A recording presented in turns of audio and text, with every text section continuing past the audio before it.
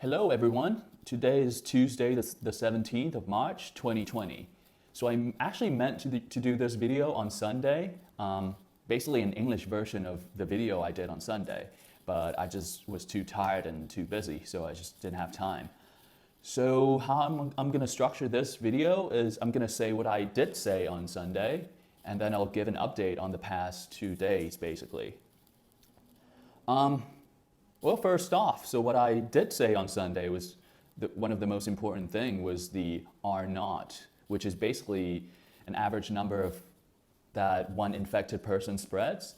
For the COVID-19, it is roughly 2.6, which means an average infected person would spread it to 2.6 people, which is significantly higher than common flu, which is 1.5. If you think about it, if one person spreads to 1.5 instead of 2.6, that's actually significantly less. The second thing is the death rate or the case fatality rate of the Corona-19. It's roughly between 1 and 2%. If we compare this to the Spanish flu in 1917, it was about 1 to 2.25%. Of course, the data from back then is not going to be as accurate as it is now. The Spanish flu killed between 17 and 50 millions, which was actually more than World War I, significantly more. And if you really compare it to, 4 years of fighting the biggest war in history up until then, and just one strain of flu killed more people, it's pretty serious. And we know that COVID-19 is really contagious, and the case fatality ratio is roughly the same as the Spanish flu.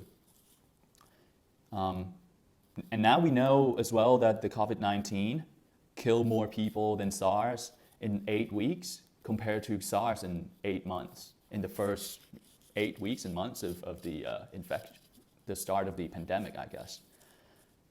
The most concerning thing about COVID-19 is that roughly 15% of all the infected people are going to need oxygen, and about 5% are going to need ventilators, basically intensive care units, those kind of stuff. And these figures are taken from World Health Organization, so they're pretty trustworthy, I would say. Well, if you have only 1,000 people infected, that's only 150 to 200 people needing intensive care and or oxygen, which is not that concerning. It's fine, but the rate of growth of infection, now we know that it's basically going up extremely fast. So let's say if 1 million people got COVID-19, you're going to need 150,000 oxygen units for those people, and then roughly 50,000 intensive care units. And that's just 1 million, right? And no country in the world can even come close to giving 1% intensive care units for 1% of their population. It's just basically impossible. So if a lot of people get this disease at the same time, a lot of people are going to die. And what's most concerning to me is that there'll have to likely be what's called triage, which has already been done in Italy right now. Basically, the doctors have to pick and choose who to actually save and who to let go. So there's going to be millions of people, I'd say, dying. Just look in my notes here. Well, there are a few conditions which would probably result in fewer deaths. Well, if we find a vaccine, then that's going to be good. So vaccine, antiviral drug, if we have an effective drug to kill the virus, then that's going to be really helpful. Or the complete containment and quarantine of people and cities, which is luckily happening now to an extent. Or fourth, if it mutates and miraculously became less lethal, that'd be ideal, but you can't just pray to the virus and hope that it's going to become less fatal. If either one of these 4 conditions are not met, I'd say just logically thinking about it and just looking at figures, I think millions of people are going to die by suffocating in their own lung fluids from pneumonia and inflammation in the lungs. And millions of people are going to be denied treatment because there's simply not enough beds, not enough oxygen units, ventilators, all kinds of machines and personnel and drugs.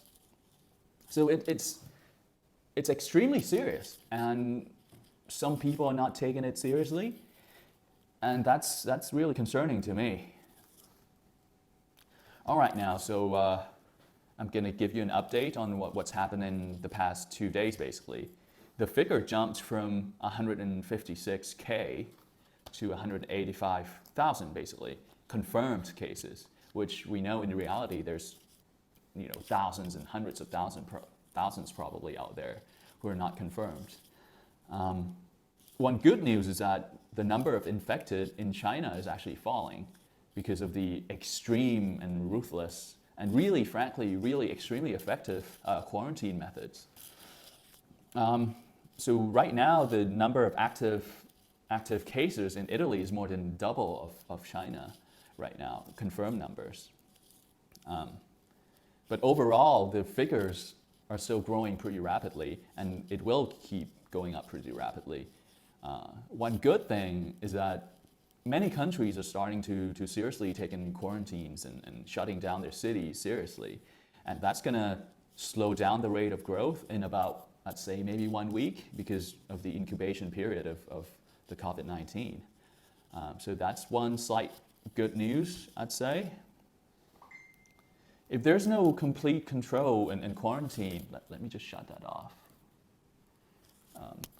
Complete control and quarantine of people, which is not going to happen in most countries, the disease will still keep growing, spreading quickly, and the cases are still going to go up quickly. Because most countries are just not as authoritarian as China and will not be as effective at quarantining and stopping people from leaving the house and as such. So one slight good news, but overall it's still pretty bad, and I think most likely it'll kill over millions, well, probably several millions by the end of this year. Let's hope not, and let's hope either one of the 4 solutions are met, and fewer deaths, but doesn't look like it.